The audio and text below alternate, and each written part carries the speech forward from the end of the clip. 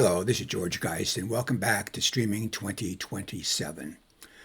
In this video, we're going to give an overview of the NBA in light of its upcoming rights negotiations.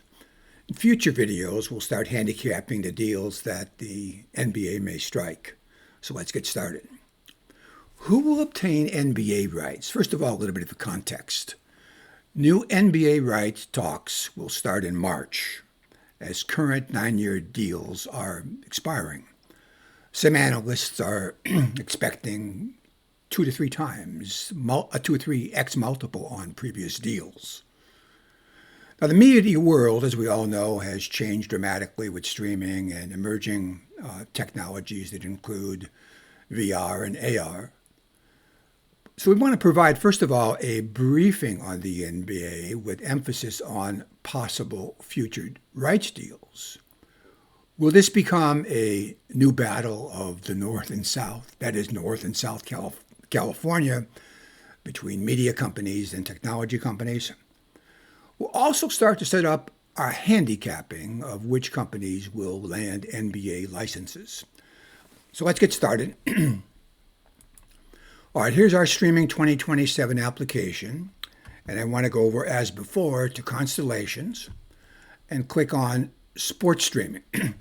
Now, we've seen this before, that we've talked about this. Live streaming, live sports has become the last bastion of cable, the next frontier of streaming. And we've also seen this Morgan Stanley summary of 2024 rights commitments in the U.S., at least at the time the report was put together. And you notice that there are both traditional sports broadcasters as well as new media entrants. Notice the NBA is dwarfed compared to the NFL at this particular time. That's going to change given the fact that these new rights deals will certainly command more than what they are on an average annual value currently commanding.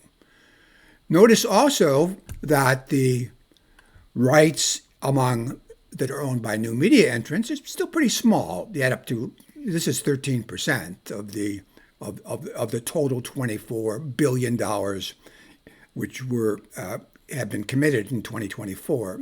It's a little bit more than that now, given certain recent deals. So let's go down to our Constellations before and build our sports streaming. Now, it's just one of many we could build, but let's go to sports and look at sports streaming. Again, what comes back is this very complicated constellation. I want you to notice one thing compared to last time. Last time, we had Netflix as an outlier. Now, of course, not of course, but with this video, Netflix has kind of been pulled in a little bit closer, given the fact of a potential NBA rights deal which Netflix may obtain. Now, this is complicated, and this includes, by the way, both announced and possible deals, which are in various scenarios, which we'll discuss in the future.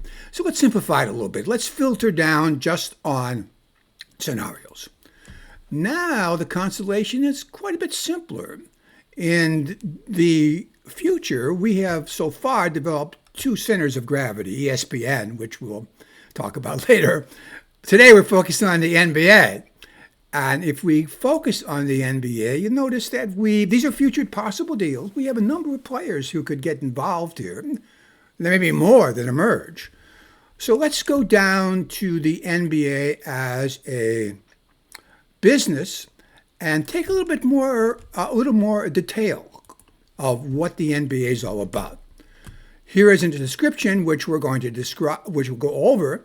But for right now, take a look at the fact that where we want to go.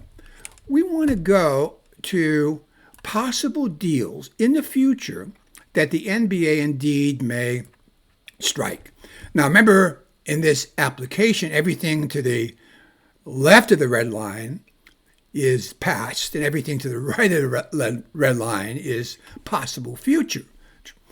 Now, all these are in 2024, as we'll see, because the NBA rights are really coming up in the very near future. But before we go over these a little bit more in detail, let's go back up to give a briefing on the NBA. Now, the NBA as you probably know, is the premier professional basketball league in the United States with 30 teams. Its current 9-year media deal is primarily with two companies, ESPN, ABC, and WBD, TNT Sports.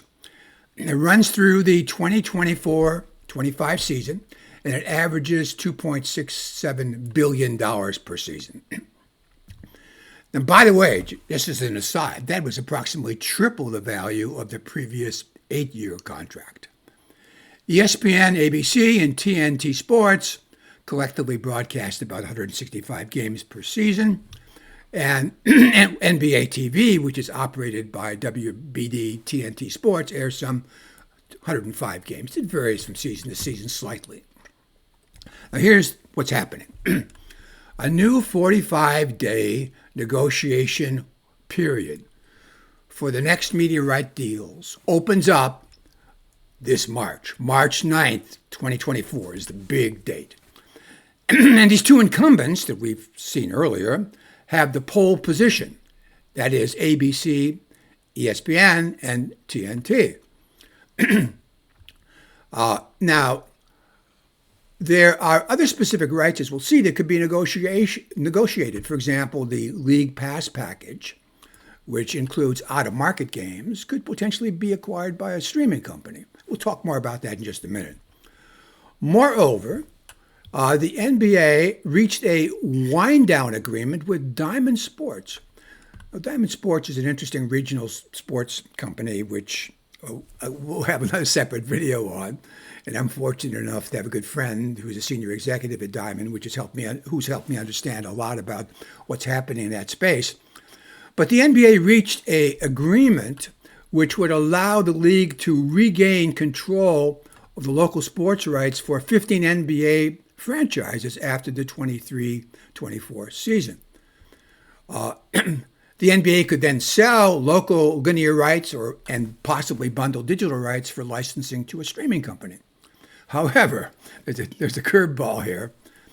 Reportedly, Amazon has been in talks with Diamond to invest in the company in order to secure streaming rights. Now, that deal could possibly undo the agreement with the league. This is all very recent, so we'll have to watch and see what happens with respect to these regional rights for NBA. Now, in addition to traditional broadcast and streaming rights, the NBA could potentially package several other rights for licensing in upcoming negotiations. Here's two possibilities. One is the in-season tournament rights, a new event that could generate additional interest and additional revenue. And also, there are VR/AR rights that are possibly going to be negotiated. As technology continues to advance, the NBA could potentially package VR and AR rights, offering fans an immersive viewing experience. Now, last year, the NBA, in fact, started exploring this with Meta. It had a partnership with Meta, created a partnership that features a virtual reality experience for fans. We'll see that, of course, companies like Apple are also very much interested in this type of an experience.